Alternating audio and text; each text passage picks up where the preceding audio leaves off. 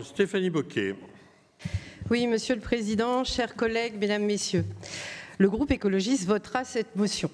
Comme tout le monde ici, nous condamnons sans réserve toute forme de violence à l'égard des élus, qu'ils ou elles soient élus au niveau local ou national. Les écologistes ne sont pas en reste.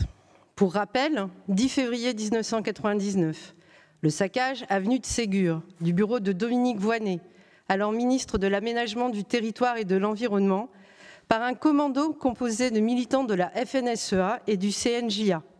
Oui.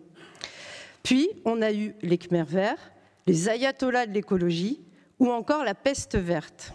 Enfin, les éco-terroristes en octobre 2022, il y a un an, par le ministre de l'Intérieur lui-même.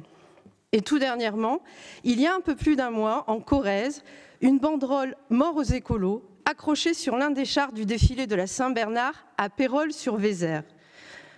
Ce char était conduit par le maire de la commune. On est d'accord, ce n'est ni plus ni moins qu'un appel à la haine, n'est-ce pas? Inciter à la violence envers les militants écologistes, c'est grave et c'est dangereux, exactement comme quand le ministre de l'Intérieur nous qualifie de terroristes.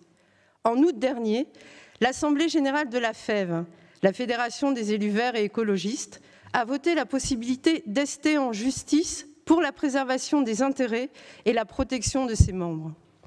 Cette décision intervient suite aux attaques contre les élus en général et les élus écologistes en particulier.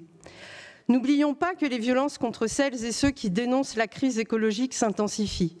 Plus la crise climatique s'intensifie et plus on va nous rendre responsables de la dénoncer. N'oublions pas cette tonalité brutale du débat public qui présente le mouvement écologiste comme ennemi des valeurs républicaines, les fameux éco-terroristes, et qui cible notamment les élus écologistes. Cette dérive autoritaire du gouvernement et de sa majorité, qui repose sur la manipulation de l'opinion, fragilise la démocratie. Au-delà du constat et de la condamnation de toute forme de violence envers les élus, quelle solution? Vous demandez un arsenal répressif renforcé.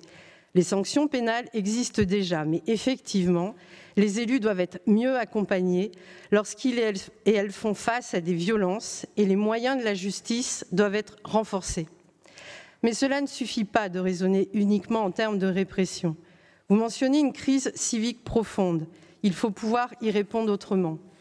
Exemplarité des élus, partage du pouvoir, fin du cumul des mandats, notamment dans le temps, considération renforcée pour l'ensemble du corps social dont nous tenons nos mandats, respect mutuel entre élus et surtout respect des élus envers les citoyennes et les citoyens.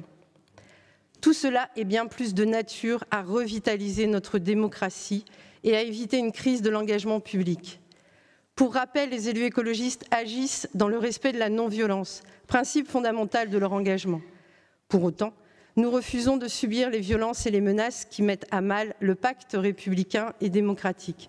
Je vous remercie.